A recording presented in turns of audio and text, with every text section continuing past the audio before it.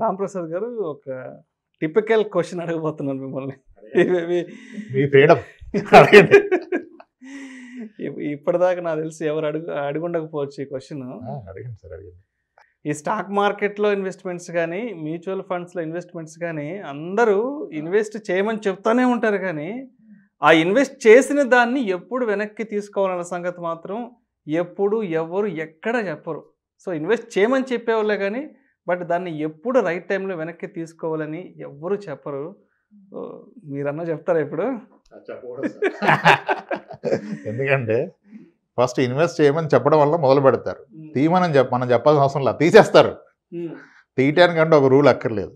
Okay okay ఇప్పుడు first thing ఏంటంటే ఎప్పుడు తీయాలనేది మీరు ఎందుకు పెట్టారనే దాని మీద ఆధారపడి ఉంటుంది. కానీ ఎందుకు పెట్టామనే విషయాన్ని మొదటిలోనే మర్చిపోతున్నారు. ఇది ఎంతవరకు పెట్టే రోజు వరకు డిస్కషన్, తర్వాత ఎందుకు పెట్టామో మర్చిపోయారు. ఇప్పుడు కోవిడ్లో అందరూ ఫ్రీగా ఉన్నారు, ఎక్కువ నాలెడ్జ్ గెయిన్ అయ్యాం. ఈక్విటీ అంటే ఒకటి ఉంది, అద్భుతమైన రిటర్న్స్ ఇచ్చింది.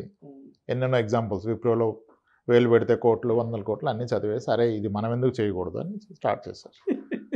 ఓకే నిప్పాన్ గ్రోత్ ఫండ్ అంత వచ్చింది, ఇంత వచ్చింది. చిప్పాన్ ఎక్కడ చేశారు? మ్యూచువల్ ఫండ్స్లో పెట్టారు. ఫస్ట్ 94లో 95లో పెట్టారు, 2021 అక్టోబర్కి అంత వచ్చింది, ఇంత వచ్చింది. ఆ వీడియోలు చేసాం, అది చూసి దూకేశారు. ఈ దూకేసి ఏం చేశారు? మ్యూచువల్ ఫండ్లో పెడితే ఇంకొక ఆయన వచ్చి చెప్పారు, ఒకళ్ళు చెప్తారు మ్యూచువల్ ఫండ్స్లో కన్నా ఎక్స్పెన్స్ రేషియో ఉంటాయి కాబట్టి దాన్ని అవాయిడ్ చేయాలంటే మీరు ఈటీఎఫ్లో పెట్టుకోండి, ఇండెక్స్లో పెట్టుకోండి. ఇండెక్స్ ఈటీఎఫ్ పెట్టాడు.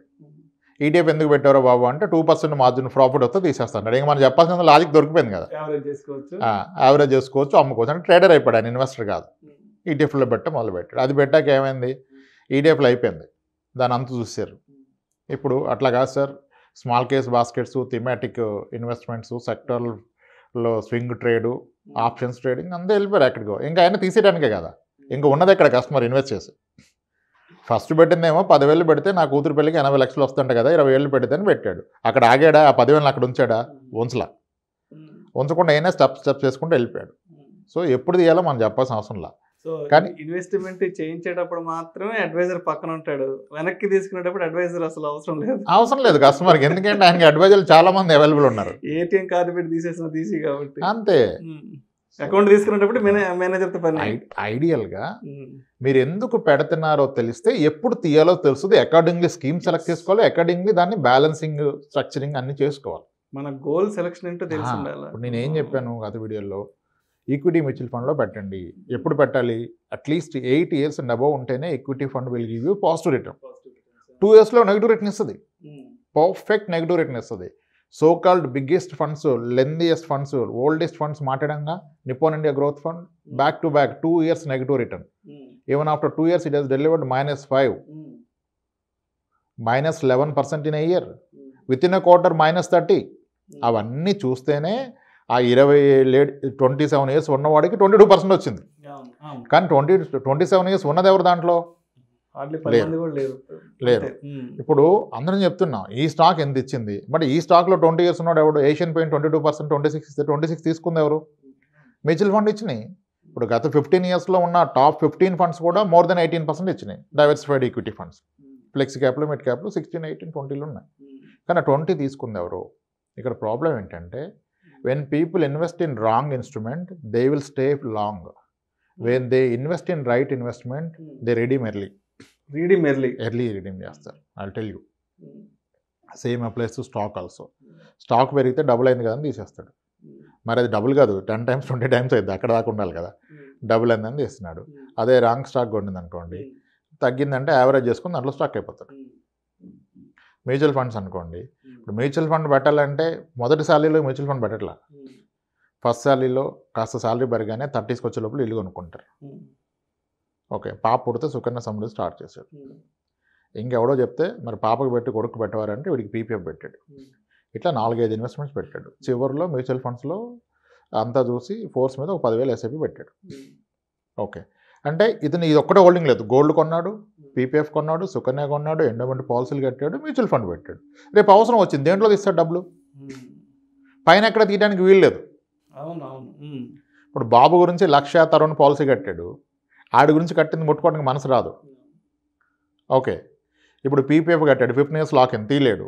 ఎన్పిఎస్ కట్టాడు, 60,000 దాకా తీయలేడు.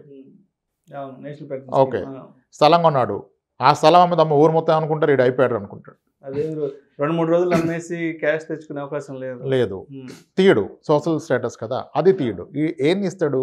మ్యూచువల్ ఫండ్ పెట్టింది ఎవరికి తెలియదు కదా, అండ్ దానికి ఇంక పర్పస్ లేదు. పెరుగుద్దని పెట్టాడు కానీ పెరిగితే ఏం చేస్తానో అనుకోలేదు కాబట్టి అది తీసేస్తాడు. ఇప్పుడు అవసరం వచ్చింది, చెల్లి పెళ్ళి వచ్చింది, ఒక 10 లక్షలు ఎక్స్ట్రా ఖర్చు వచ్చింది, అమాంతం 10 లక్షలు కావాలి అనుకోకుండా ఖర్చు వచ్చింది. వైఫ్ దగ్గరికి వెళ్తాడు, నాన్న కన్నా నీ దగ్గర ఒక 70 తులాలు ఉంది కదరా, అంత ఉంది కదా, ఏం చేస్తాం, మళ్ళీ కొంటాలి, ఒక 20 తులాలు ఇస్తావా అని అడుగుతాడు. ఏమంటారు వైఫ్? ఒకసారి అడిగి ఉండి ఏమంటారు చూస్తారా? ఏమంటారు? ఆ చెయ్యి అక్కడికి ఇరిచేస్తారని చెప్తారు. సో కాబట్టి అంటే మీకు ఇన్వెస్ట్మెంట్స్ ఉన్నాయి మల్టిపుల్, అన్ని మల్టిపుల్ ఇన్వెస్ట్మెంట్స్ ఉన్నాయి. మీ ఇంట్లో గోల్డ్ ఉంది, మీకు ప్లాట్స్ ఉన్నాయి, మీ ఎండోమెంట్ పాలసీలు ఇన్వెస్ట్మెంట్స్ నడుస్తున్నాయి, చిల్డ్రన్ పాలసీస్ నడుస్తున్నాయి, కానీ ఏది తీసే వెసులుబాటు లేదే. ఈ మ్యూచువల్ ఫండ్ టచ్ చేస్తారు. మ్యూచువల్ ఫండ్ 15 ఏళ్ల కాలంలో 15-18% రిటర్న్ ఇచ్చినా ఇన్వెస్టర్లు 15-18 చూడాల. ఎందుకంటే ఈయన ఎందుకు పెట్టాడు? మ్యూచువల్ ఫండ్లో డబ్బులు వస్తాయని పెట్టాడు, పెరుగుతాయని పెట్టాడు. మ్యూచువల్ ఫండ్స్ కూడా కొన్ని ఇయర్లో 55%, 72% రిటర్న్స్ ఇచ్చినాయి. మిడ్ క్యాప్లో, స్మాల్ క్యాప్లో 100%, 114% కూడా ఇచ్చినాయి. కొన్ని sectoral schemes 200% with in year వచ్చినాయి. అవి ఏవి స్టాండర్డ్ కాదు. మనం అందుకే లాంగ్ రేంజ్లో 12-14 మధ్యలో మాట్లాడతాం. సో ఇప్పుడు ఏమవుతుంది? ఈ కస్టమర్ ఎందుకు పెట్టాడో తెలియదు కదా. 70% రాగానే ఎక్సైట్మెంట్ వస్తుంది, 55% విత్ ఇన్ ఇయర్, ఇది రైట్ టైం, ఇంకొండొద్దురా, రిస్క్ రా, తీసేసే అంటాడు. You will take out his money. ఎవరు చెప్పారు తీయమని? పెరిగిందని తీసాడు, తగ్గింది ఒక 1 ఇయర్ -10 ఇచ్చింది. అరే ఏం ఉపయోగం 1 ఇయర్ పెడితే? ఎఫ్డీలో పెట్టినా 7% వచ్చేది, 6% వచ్చేది, ఇక్కడ పెడితే -10 వచ్చింది. ఇట్స్ నాట్ రైట్, తీసేస్తాడు. ఇప్పుడు పెరగలేదు తగ్గలేదు అలాగే ఉంది, అప్పుడు కూడా సాటిస్ఫైడ్ కాదు కదా, ఏం ఉపయోగం లేదు, పెట్టడం తీసేస్తాడు. అంటే ఎప్పుడు చూస్తున్నాడు ఆయన. సో మీకు క్లారిటీ ఉంటేనే ఎందుకు పెట్టారు, ఎంత మీరు టార్గెట్ చేస్తున్నారు తెలిస్తే మీరు ఆ పీరియడ్ ఉంటారు. అందుకని ఎందుకు పెట్టారో తెలియకపోతే ఎప్పుడు ఇవ్వాలో చెప్పాల్సిన అవసరం లేదు. అందుకే చెప్పరు బహుశా ఎవరు. మనం ఏం చెప్తాం, బాబు కూతురు పెళ్ళికి పెడితే, చదువుకు పెడితే ఈక్విటీ రిస్క్ 2 ఇయర్స్ ముందు మార్కెట్ పడ్డదంటే మీది పోతుంది. సో ఒక 3-4 ఇయర్స్ ముందే స్లోగా దీన్ని తీసుకెళ్ళి ఎఫ్డీలో పడేసుకోండి, లేదా కన్జర్వేటివ్ హైబ్రిడ్ ఈక్విటీ ఫండ్స్ ఉంటాయి వాటిలో పెట్టుకోండి, 8-9% వస్తుంది. You should be happy. ఎందుకంటే మీరు ప్రొటెక్ట్ చేయాలి అప్పటిదాకా అక్యుములేట్ చేసిన మనీని. పెరిగిపోతుందని ఉంచేసుకుంటే కొట్టేస్తుంది. సో మీ ఆబ్జెక్టివ్ తెలిస్తే ఇన్వెస్ట్మెంట్ తెలుస్తుంది, అవసరం ఏదో తెలిస్తే దేంట్లో పెట్టాలనేది క్లారిటీ వస్తుంది, పెడితే ఎప్పుడు తీయాలనేది క్లారిటీ వస్తుంది. కానీ ఎప్పుడు తీయాలి అంటే మీ అవసరాన్ని బట్టి తీయాలి కదా. ఆ క్లారిటీ లేనప్పుడు రిటర్న్స్ కూడా రావు. ఫండ్స్ రిటర్న్ ఇస్తాయి, స్టాక్స్ రిటర్న్ ఇస్తాయి, ఇన్వెస్టర్కి రావు. ఇన్వెస్టర్ పెట్టి వదిలేసాడా, రోజు చూస్తున్నాడుగా అయినా, రోజు ఇది మారుస్తాడు, అక్కడికి మారుస్తాడు, ఇక్కడ మారుస్తాడు. I will get clients. 30,000 SIP చేస్తున్నాడు, స్కీమ్లు 22 స్కీమ్లు ఉన్నాయి. ఎందుకు పెట్టారంటే, సార్ పలానా ఆయన అలా చెప్పాడు కదా సార్, అందుకని పెట్టా, ఇది పెట్టా, ఇంటర్నేషనల్ ఫండ్ పెట్టా, నాస్డాక్ పెట్టా, ఫండ్ ఆఫ్ ఫండ్ పెట్టా, చైనా ఫండ్ పెట్టా, తైవాన్ ఫండ్ పెట్టా, ఎలక్ట్రిక్ థీమాటిక్ ఫండ్స్ పెట్టా, ఐటీ థీమాటిక్ ఫండ్ పెట్టా. అన్నీ ఎందుకు పెట్టారు? పర్పస్ అనే దాన్ని మర్చిపోయారు. పర్పస్ హెస్ బికమ్ పర్పస్ ఏంటి, ఎందుకు పెట్టామంటే డబ్బులు పెరగడానికి అంటున్నారు.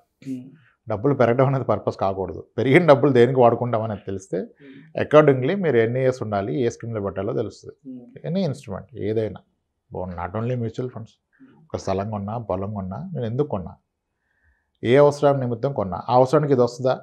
ఇప్పుడు రిక్వైర్మెంట్ ఏంటన్న క్లారిటీ ఉండాలి ఫస్ట్, అసలు గోల్ ఏంటన్న క్లారిటీ ఉండాలి. ఇప్పుడు ఒక ఎగ్జాంపుల్ చెప్పి మనం ఇది కంక్లూడ్ చేసుకుందాం. స్థలాలు బాగా పెరుగుతున్నాయి, మా నాన్నగారు కొన్నది బాగా పెరిగింది, మా తాతగారు మా నాన్నగారికి ఇచ్చింది పెరిగింది, ఆయన నాకు ఇచ్చింది పెరిగింది, ఇప్పుడు నా ఆస్తి 20 కోట్లు అయిపోయింది అనుకుందాం. అసలు ఒక వ్యక్తి ఉన్నారు, ఆయన అనుకుంటున్నారు నా ఆస్తి 30 కోట్లు ఉంది, 40 కోట్లు ఉందని చెప్తున్నాడు.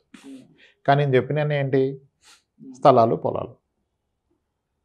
స్థలాలు అనుకుందాం, అక్కడ కొన్నాడు, ఇక్కడ కొన్నాడు, అన్నీ పెరిగాయి. ఈయన ఎందుకు లింక్ చేసుకున్నాడంటే ఈ పెరిగిన డబ్బులతో పిల్లలు చదువులు వాడదామని అనుకున్నాడు. వీళ్ళ పాప మెడిసిన్ చేసేసింది, ఇప్పుడు పీజీకి వెళ్తుంది, పూణేలో సీట్ వచ్చింది, మేనేజ్మెంట్ కోట. ఇన్ని డబ్బులు పెట్టుకుని ఎందుకు లాంగ్ టర్మ్లో టైం వేస్ట్? డబ్బులు ఉన్నోడు ఖర్చు పెట్టవచ్చు కదా చదువుకి. ఒక 3 కోట్లు కావాలి. మరి ఈ 3 కోట్లకి ఇతనుకున్న ఆస్తులు అమ్మితే ఉన్నాయి, ఆస్తులు 40 కోట్లు ఉన్నాయి, కానీ 3 కోట్లు వైట్ అవుట్ ఇస్తున్నాడు. తీరా పెరిగింది అన్నారే, అమ్మినప్పుడు అదొక పెద్ద ప్రాబ్లం అయిపోతుంది కదా. సో ఏ ఇన్వెస్ట్మెంట్ అయినా మీ పర్పస్ ఆఫ్ ఇన్వెస్ట్మెంట్ తెలిస్తే దాన్ని ఎంతవరకు హోల్డ్ చేయాలి, ఎప్పుడు తీయాలి, ఎలా రియాక్ట్ అవ్వాలో తెలుస్తుంది. ఎప్పుడు తీయాలనేది, ఎందుకు పెట్టారనే దాని మీద మాత్రమే డిపెండ్ అయి ఉంటుంది. ఎందుకు పెట్టారో తెలియని పక్షంలో మీరు ఎప్పుడు తీయాలో ఎవరు చెప్పగలుగుతారు? పెరిగితే తీయాలనుకున్నావు, ట్రేడర్ అయిపోతున్నారు. అప్పుడు ఇంకా ఆయన చెప్పాల్సిన అవసరం ఉంది, నువ్వు తీయాలి పెట్టాలని. స్వింగ్ ట్రేడ్, వేరే ట్రేడ్స్ వచ్చినాయి కదా చాలా. బియాండ్ అ పాయింట్ వెళ్ళిపోయారు.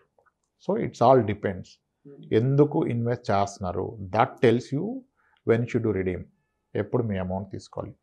అంతేగాని పెట్టండి అంటే ఎప్పుడు తీయాలంటే పెట్టినప్పుడు పర్పస్ ఉండాలి, పర్పస్ లేకపోతే ఎప్పుడు తీయాలి ఎవరు చెప్పలేరు. Thank you sir. Thank you so much Ramprasad గారు. అసలు ఇన్వెస్ట్మెంట్స్ ఎందుకు చేస్తున్నాము, ఆ చేసిన ఇన్వెస్ట్మెంట్ని ఎప్పుడు ఎలాంటి రైట్ టైంలో మనం వెనక్కి తీసుకోవాలి అనే అంశం గురించి ప్రేక్షకులకు మీ విశ్లేషణ ద్వారా చాలా చక్కగా వివరించారు. Thank you so much sir. Right అండి, థ్యాంక్స్.